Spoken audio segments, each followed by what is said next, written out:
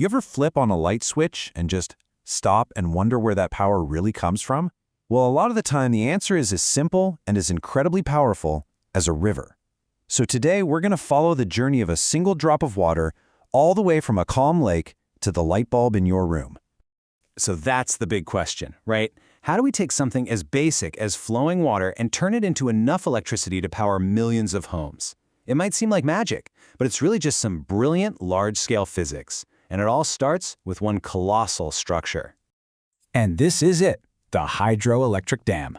I mean, look at that thing. It's way more than just a concrete wall. It's a massive, finely tuned machine built for one purpose, to capture and convert energy on a gigantic scale. But funny enough, its first job is to actually make the water stop. Let's find out why. Okay, so before you can unleash power, you have to build it up. And for that, the main ingredient is good old gravity. The first big job of the dam is to create a giant water-based battery. In physics, they call this storing potential energy. See, by blocking the river, the dam forces the water to back up and form this huge lake or reservoir. Now, every single drop of water in that lake is like a tiny charged battery, full of energy, simply because it's being held up so high, just waiting for gravity to take over. And that height difference, well, it's everything. We're talking about a 120-meter drop. To put that in perspective, that's almost 40 stories high. That fall is the entire engine of this whole operation. The higher the water is, the more stored energy it has, and ultimately, the more power we can generate. All right, so we've got our giant battery of stored energy. The next step is to unleash it, but in a very, very controlled way.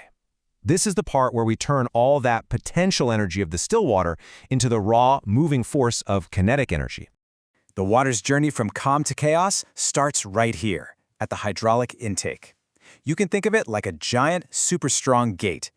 Once it opens, water from the reservoir begins its high-speed plunge down into the heart of the dam. From that intake, the water is funneled into these enormous pipes you see here, called penstocks. Honestly, the best way to picture a penstock is as a colossal, super steep water slide. As gravity yanks the water down that slide, all that stored up potential energy is instantly converted into the kinetic energy of pure, focused, unstoppable force.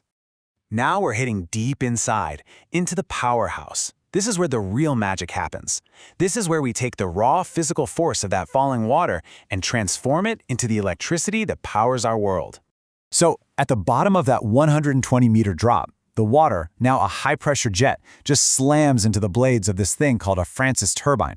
Imagine a pinwheel, but one that's incredibly advanced, super efficient, and being spun by a force powerful enough to move buildings. This right here, this is the exact moment that motion is born. And it all boils down to this really elegant three-step dance. First, the water spins the turbine. Easy enough. Second, that spinning turbine turns a long shaft that's connected directly to a generator right above it. And third, inside that generator, the shaft spins huge magnets past coils of copper wire. And that simple interaction, that dance between magnets and copper, is what creates an electric current. That's this. And these generators are absolute monsters. A single one can pump out 250 megawatts of power. That's easily enough to power a small city, all from falling water. But you know, creating the power is only half the battle. Now you gotta deliver it. So we've successfully made electricity. The final challenge is getting it from the dam, which might be in the middle of nowhere, to your home, which could be hundreds of miles away. This last stage is all about efficient delivery. The electricity first flows to what are called step-up transformers. Their only job is to dramatically crank up the voltage. You can think of it like increasing the pressure in a water hose. That super high voltage lets the electricity travel for huge distances over power lines with very little energy getting lost along the way. And here we are, the finish line. That high voltage power is fed into the national grid, ready for its long journey across the country. And the water? Its job is done. It flows calmly back into the river below, having lent its energy to help power our world. So there you have it. That entire incredible journey is what we call hydroelectricity. It's a clean, renewable way to make power.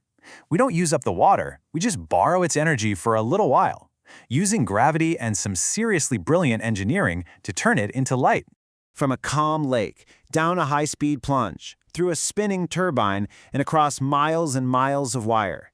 All that happens in an instant just to light up your room. It's a pretty amazing journey for something we take for granted every single day.